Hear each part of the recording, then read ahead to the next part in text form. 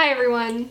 I didn't think this day would ever come, but Unnatural Vegan has finally responded to Thought Slime's response to her video, Anti-Capitalism is Anti-Vegan. I realize it's kinda weird that I'm responding because I already responded to her response to my response to her video, but I don't think Thought Slime does these back and forth style response videos, so I figured I might as well continue to involve myself in this saga. And we have some audience overlap since they gave me a shout out, so I know some of y'all are here for it. Unsurprisingly, it's as incoherent as her response to my response. Part 1 is her responding to their intro, and I'll be honest, I don't have much to say because I largely agree with her. I don't agree with Thought Slime's framing of veganism as a personal choice rather than a liberation movement. If you want to know my stance on indigenous hunting rights, you can watch this video by my friend Seb. Unnatural Vegan tends to be an apologetic pick-me vegan, so I was pleasantly surprised that she argued a coherent position for animal rights here. In part 2 and 3, she responds to the substance, which is Thought Slime's argument that actually, veganism is incomplete without anti-capitalism. I won't be responding to every single point because I don't have time for that. I already spent countless hours debunking her response to my video. And as I did in that video, I will try my best to be nice and tone down the aggression. Alright, let's get into it. Neoliberalism is an economic theory of deregulation, austerity, and globalization. Deregulation, austerity, and globalization, exactly. Except he doesn't know what those things mean.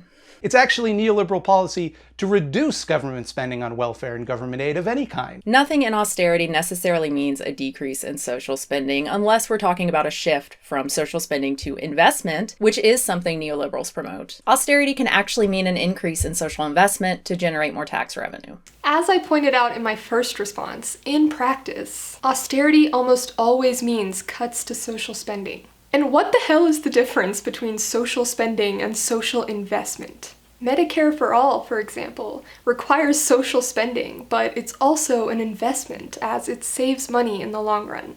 If I had to guess, she probably looked at the dictionary.com definition, which reads, neoliberalism, noun, an outgrowth of the liberal political movement that is more moderate than traditional liberalism, especially in its embrace of free market capitalism. And then her train of thought probably went something like, liberalism is, I don't know, Bill Clinton, who himself was a neoliberal, or something like that, so therefore, to be more moderate than that is to be Bernie Sanders, a social democrat type. No, and I'm very aware that Bill Clinton is neoliberal, and I think I said in the follow-up video that my political beliefs align pretty closely to those of the Clintons. In terms of Sanders, no, I greatly dislike many of his beliefs. I would never consider him neoliberal. He's a protectionist like Trump and about as fiscally irresponsible. She claims she's in favor of social investment, yet she supported Hillary Clinton over Bernie. Hillary Clinton was no champion for Medicare for All. In fact, she fervently opposed it. Knowing Better has a great video outlining the details of Medicare for All and how it costs less than our current healthcare system.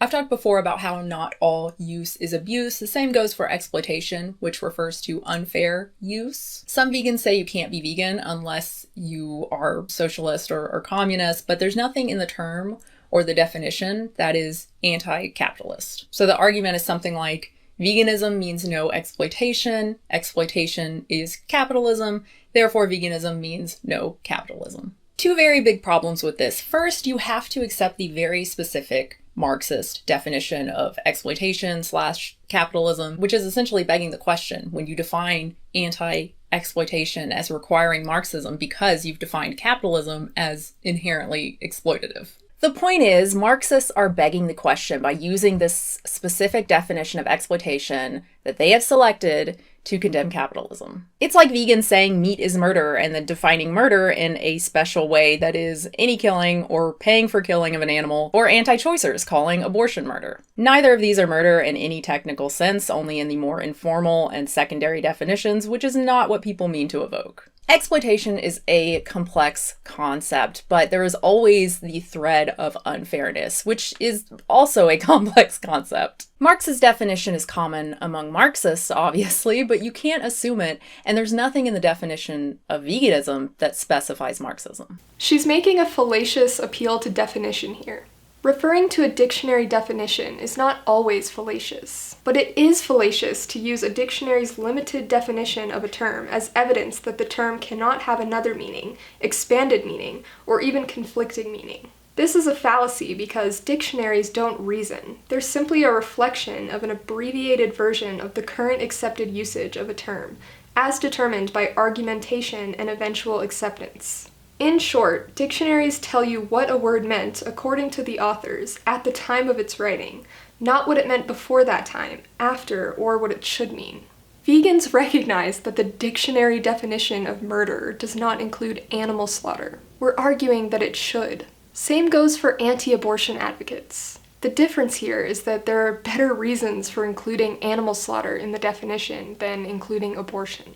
One involves fully sentient and independent individuals. The other involves not yet sentient beings who are dependent on another person's body for sustenance. You can check out the SEP entry for a more in-depth understanding of exploitation. It's a concept that's existed long before Marx and has also long been compatible with capitalism. While the SEP might not be quite as critical of Marx as I am, he ultimately offers a very juvenile account of exploitation, ignoring the many externalities of business that laborers don't experience. Again, this is a very complex concept. It's not even possible to make an uncontroversial claim that sweatshop labor is exploitative. The only relationship that is unambiguously exploitative is that of multi-generational ownership as found in slavery and animal agriculture. There is no choice, there is no competition, and there is no metric by which to establish what a fair exchange could possibly be because there's no market there to judge by. Again, it's absolutely question-begging to make a Marx-based argument by trying to employ the exploitation clause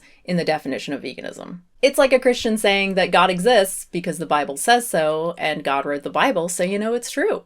You can't assume the Marxist definition and then argue from that. She rejects what she calls the Marxist definition of exploitation, which is essentially begging the question when you define anti-exploitation as requiring Marxism because you've defined capitalism as inherently exploitative. I don't see any reason to accept this definition, the Marxist definition of exploitation. I think it's much better defined as unfair use, and what exactly that means is a lot more complex. That's just the normal definition of exploitation. No, it's not. It's always about selfish, mean, or unfair use. No major dictionary source lists capitalism as a synonym or says like, i.e. capitalism. Again, with a textbook example of the appeal to definition fallacy. Thought Slime wasn't wrong. Marx isn't using a specific definition of exploitation to make his argument work. He's using the standard definition and arguing that the employer-employee relationship fits that definition. Marx illustrated that the capitalist model is exploitative because profit is generated by extracting surplus value.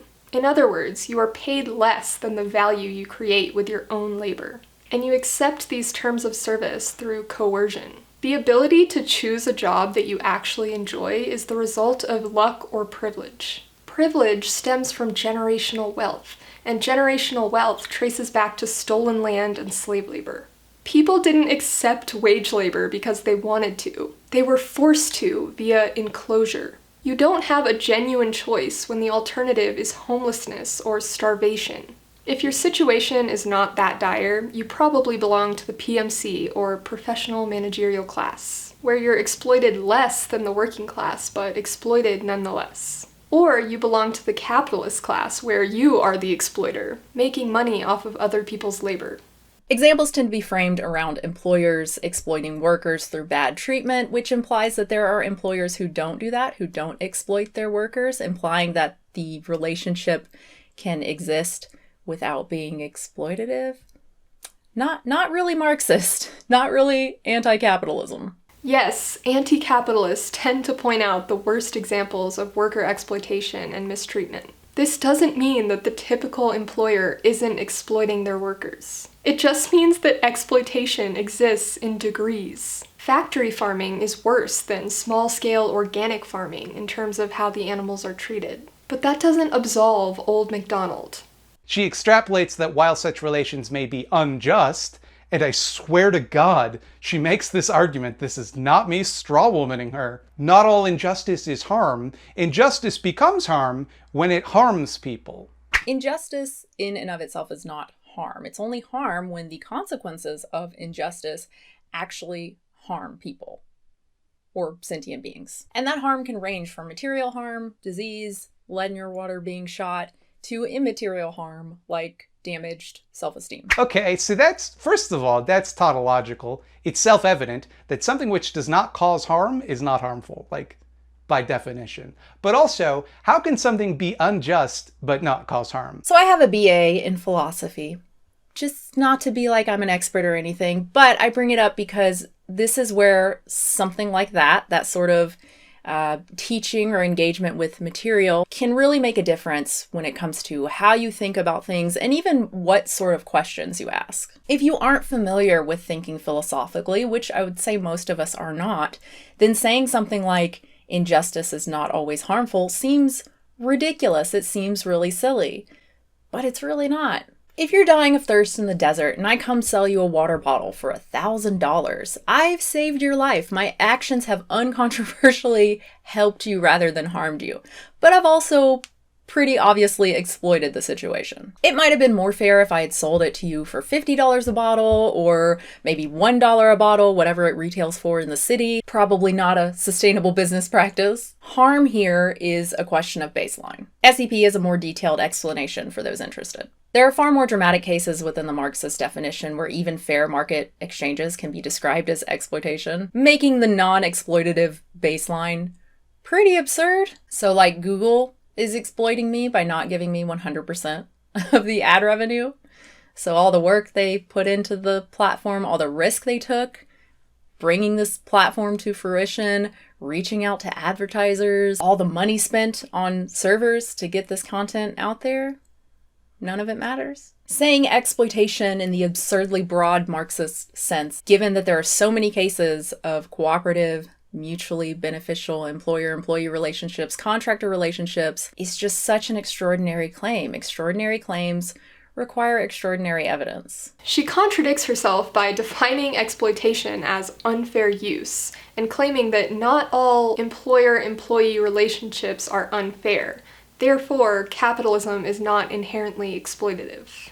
And then later arguing, well, yeah, capitalism might be unfair, but unfairness isn't necessarily a bad thing. Like, which is it? Are you arguing that capitalism is not exploitative? It's not even possible to make an uncontroversial claim that sweatshop labor is exploitative. Or are you arguing that it is exploitative, but some exploitation is acceptable? Not all use is abuse. The same goes for exploitation. Injustice in and of itself is not harm. I understand that some things aren't fair, but still the right thing to do. Like eliminating student loan debt isn't fair to those who have already paid theirs off, but allowing people to continue to struggle because of fairness isn't right. It's better to take an unfair deal if it has better outcomes for both parties than to take a fair deal with worse outcomes for both parties. But to suggest that sweatshop labor is fine because although it's unfair, it produces better outcomes for both parties is to look at the situation through a very narrow lens. It may be the best available job for some people in our current capitalist system, but it's a false dilemma to suggest that capitalism is the best system we have, and there's simply no viable alternative that could liberate people from such conditions. Plus, it ignores a glaring negative externality of sweatshop production: environmental degradation. If you factor in climate change, it's much more difficult to argue that sweatshops provide a net benefit.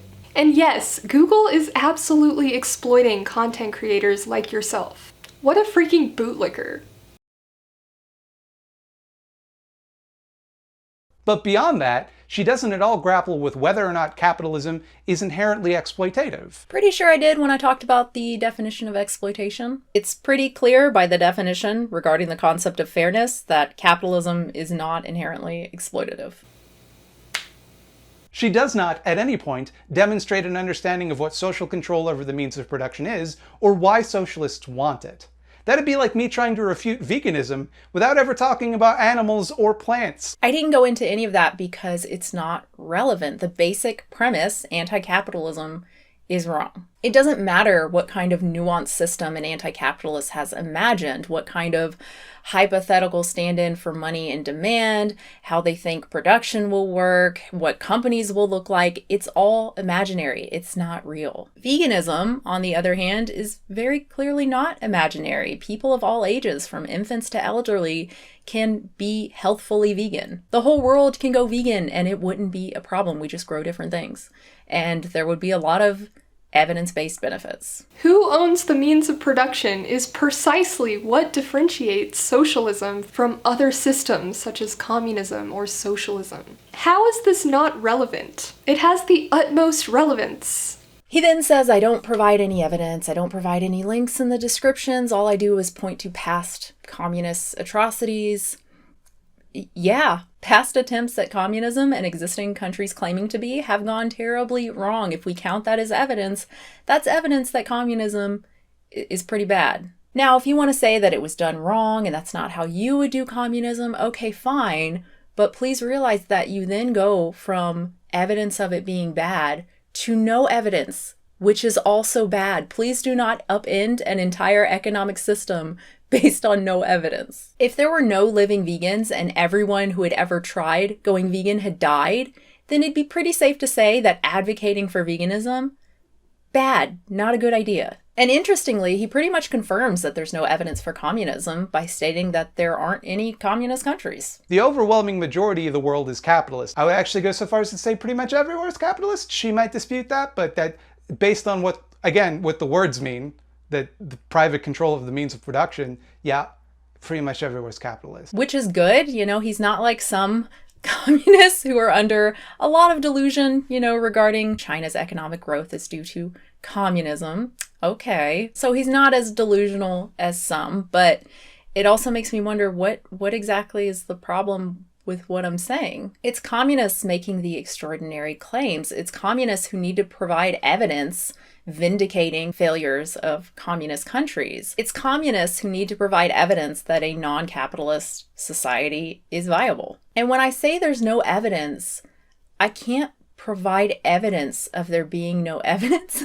That doesn't make sense. It's on you, the person advocating for whatever anti-capitalist ideology, to provide said evidence. Unnatural Vegan is ignoring all the evidence that capitalism is not working, and if we continue down this path, civilization will collapse. Let's say you're dying of cancer and your odds of surviving are slim. Your doctor suggests an experimental treatment that sounds promising, but there is currently no evidence that it works. Do you take it? She's also ignoring the reasons why communism has failed in the past. That's kind of important. And what about all the evidence that support worker-owned co-ops? Where the workers share ownership of the company. Oh, but that's not relevant.